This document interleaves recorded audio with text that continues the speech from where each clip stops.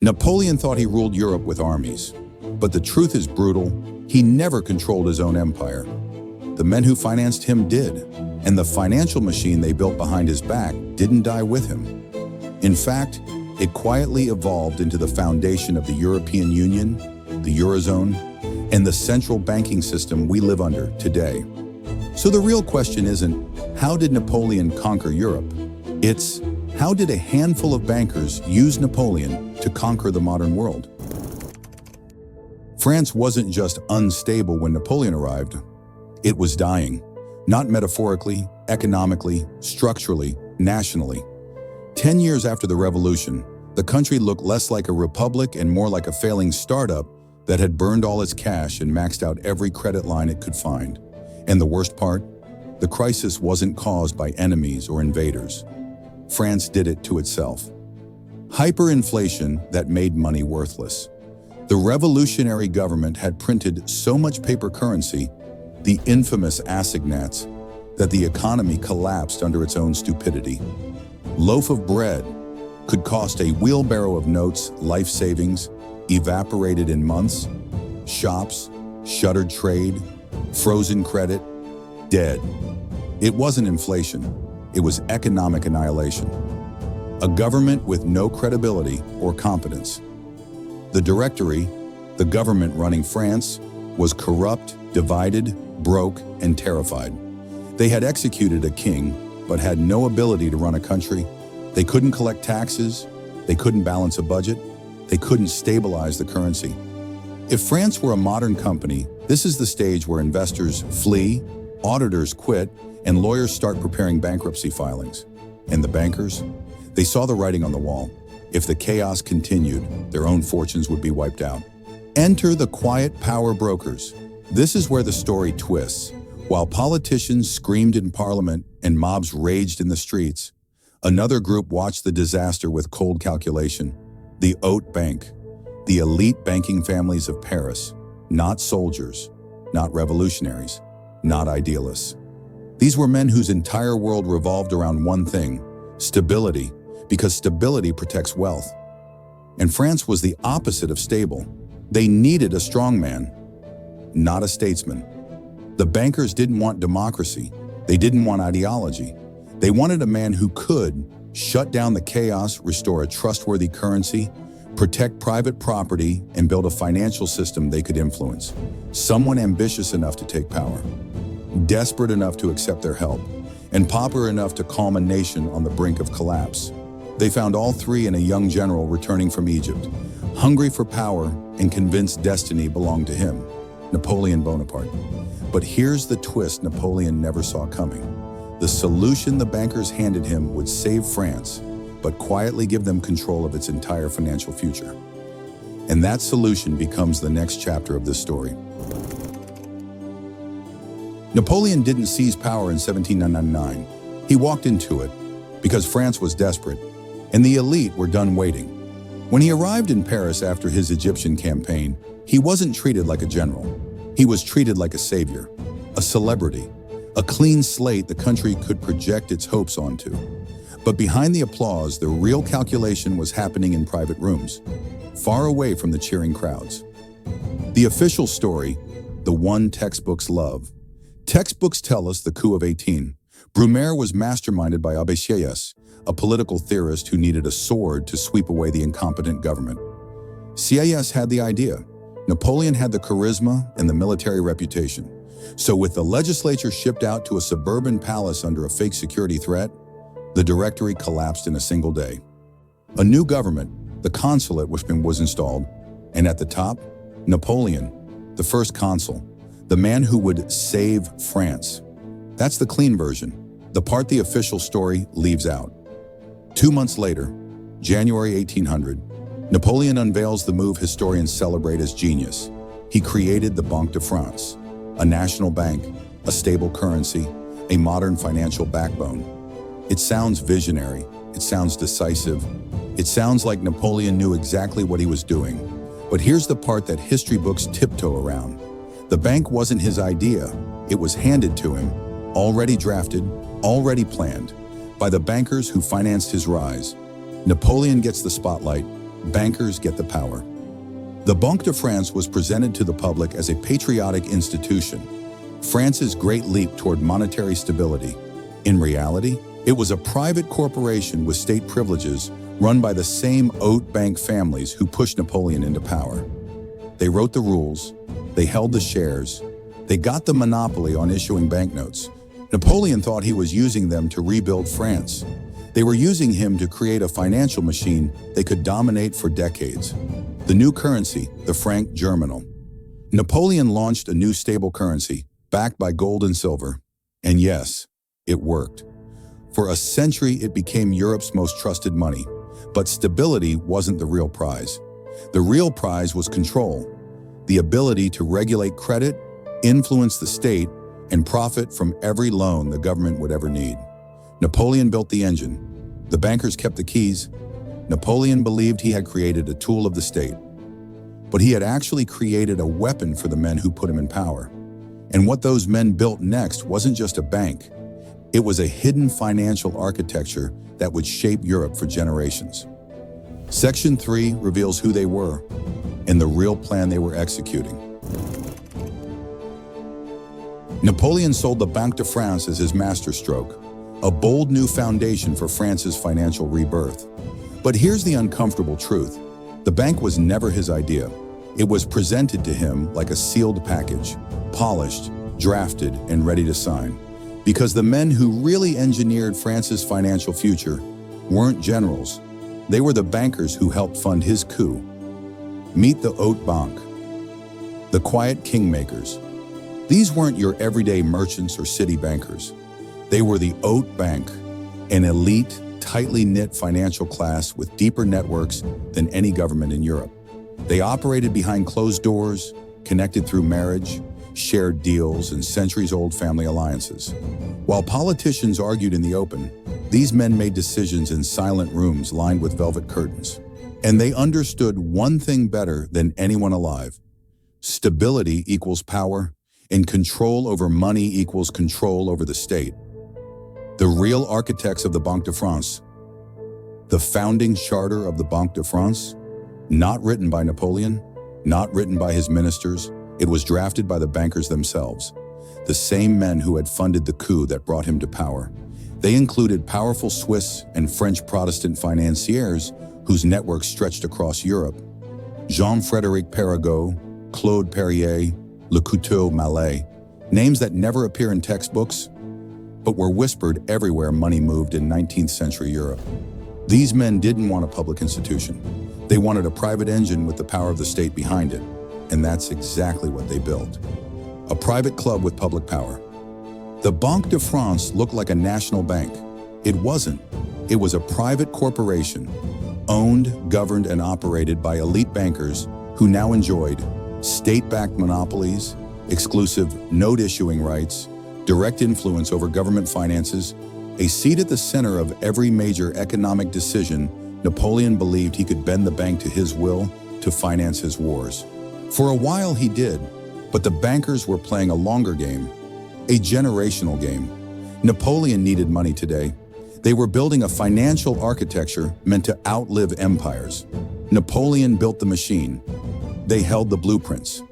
This was the hidden engine inside France's new financial system, a public-private hybrid where the public took the risks and the private took the profits. Napoleon thought he was using the bankers to build his empire, but the bankers were using Napoleon to build something far bigger, a transnational financial network that had no borders and no loyalty to any single nation. They weren't thinking in terms of France, they were thinking in terms of Europe. And the families behind this engine didn't stop at France. They expanded outward, weaving themselves into the financial DNA of every major European city: Paris, London, Brussels, Amsterdam, Frankfurt. What they built next became one of the most powerful invisible empires in history. Section 4 reveals how these families formed the network that shaped Europe's modern financial world. Napoleon thought he had secured France's financial future by creating one powerful bank. But the bankers behind it weren't building a French institution. They were building a European network, a quiet cross-border empire far more durable than any crown or constitution. And this is where the story shifts from a single bank to a web of families who controlled the flow of money across an entire continent. The Haute Bank's real power. Bloodlines, plea, ledgers. The real strength of the Haute Bank wasn't capital, it was kinship. These weren't random businessmen, they were dynasties. Protestant, Jewish, and cosmopolitan families who operated across languages, cities, and borders. They married into each other, they merged businesses, they shared information, and they trusted one another at a time when no government trusted anyone. In a Europe divided by warfare and revolution, they created stability across generations through family alliances. One family that shows the blueprint, the Bischofsheims. To understand how powerful this web became, look at one case study, the Bischofsheims, not kings, not nobles, just one ambitious banking family from Germany that quietly built tendrils across the entire continent. Louis Raphael Bischofsheim opened his first bank in Amsterdam in 1820. His relatives opened branches in Brussels, Frankfurt, Paris, London. But here's the part that turned them from a rich family into a financial empire. They married into every major banking clan in Europe: Goldschmidt, Erlanger, Bamberger, von Hirsch. Each marriage wasn't just love, it was a merger, a data link, a capital extension, a new node in a growing European financial nervous system. These families built the financial skeleton of Europe. Through these alliances, the Bischofsheims, and families like them, became foundational architects of European finance. Co-founders of Paribas, now BNP Paribas, backers of Société Générale family, ties to the founders of Deutsche Bank influencers in the creation of the National Bank of Belgium. This wasn't government-led development, it was private families shaping national institutions across borders. Governments were temporary, regimes fell, empires collapsed, the families stayed. The invisible empire, faster than governments, bigger than nations. By the mid-19th century, this network of banker families had something no emperor ever had: real-time intelligence through couriers and agents, instant capital mobility, across borders, direct access to kings, prime ministers, and cabinets, the ability to fund, or starve, governments. They weren't bound by flags. They weren't bound by borders. They weren't bound by ideology. They were bound only by profit and by each other.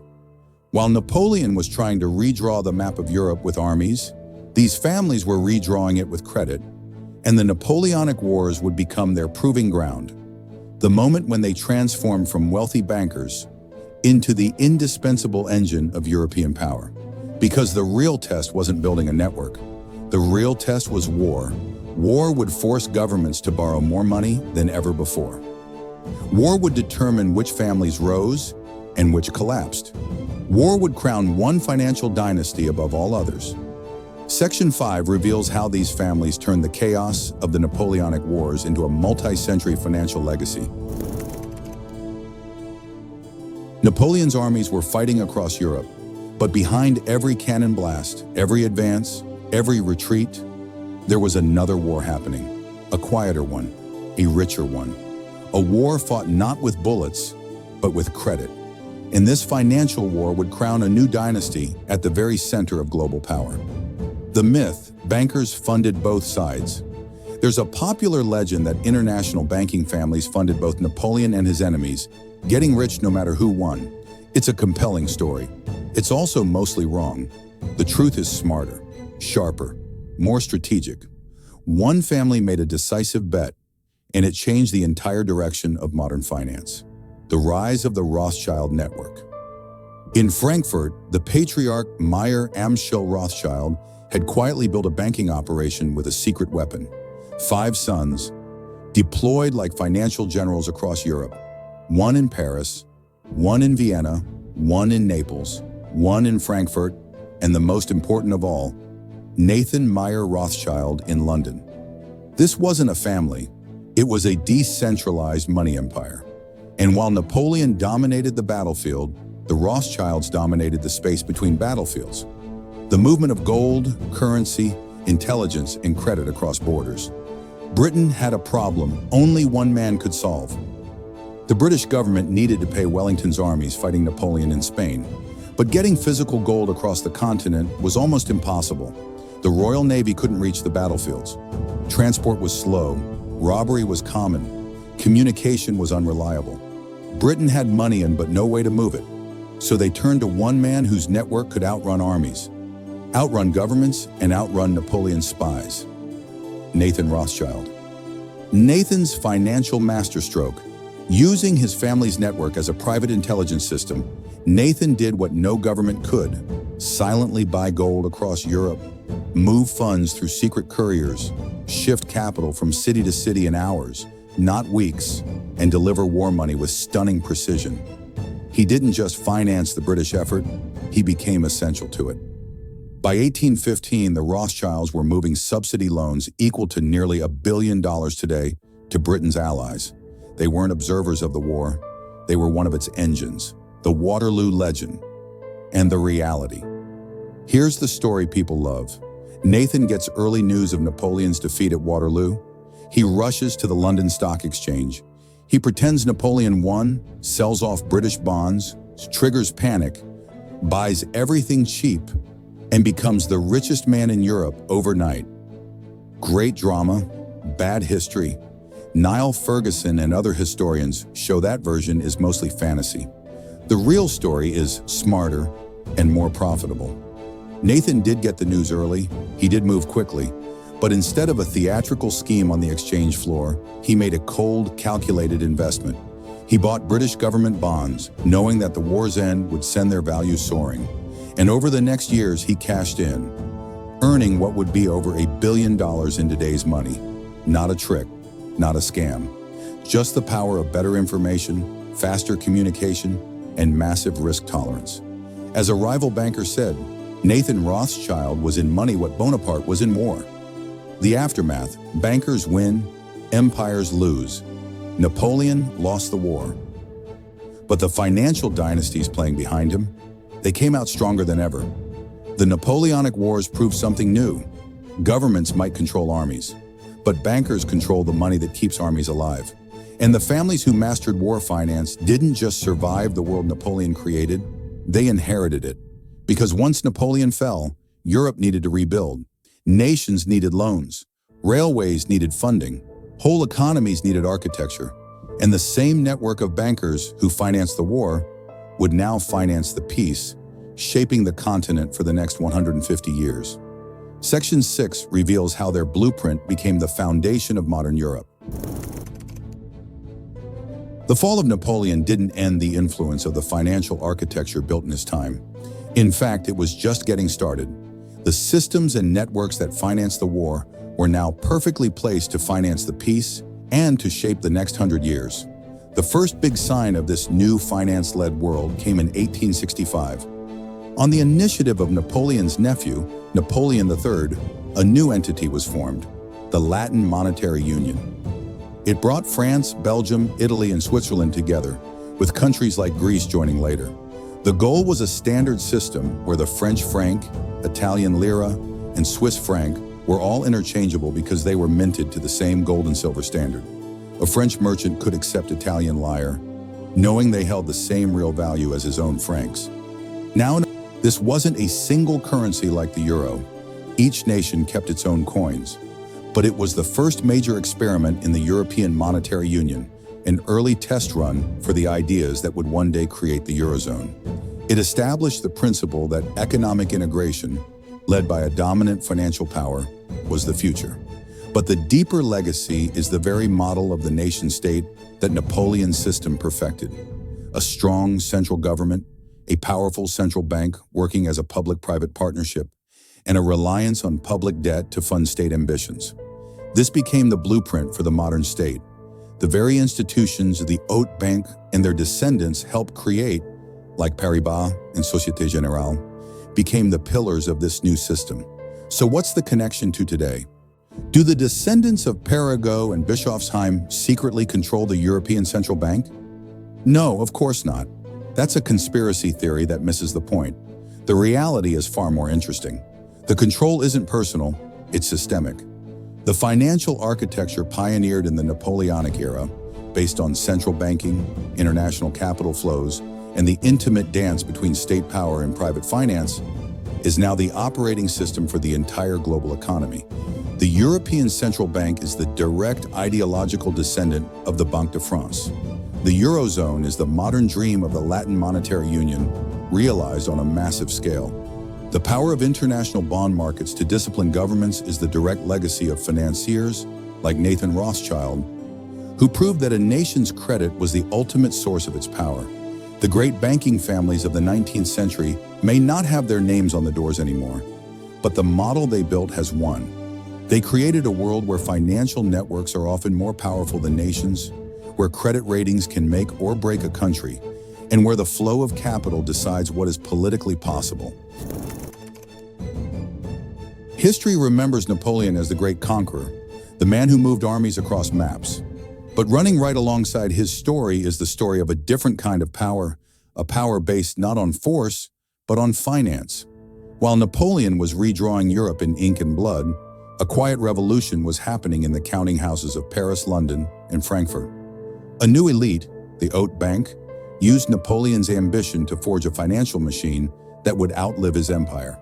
They perfected the art of funding governments and profiting from their wars. They built transnational networks of money and information that didn't care about borders or flags. They didn't need a throne to have power. Their influence was encoded into the DNA of the modern financial system. The true legacy of Napoleon's bankers isn't a shadowy cabal. It's the visible, all-encompassing architecture of finance that governs our world. They created the blueprint. We're all just living in the house they built.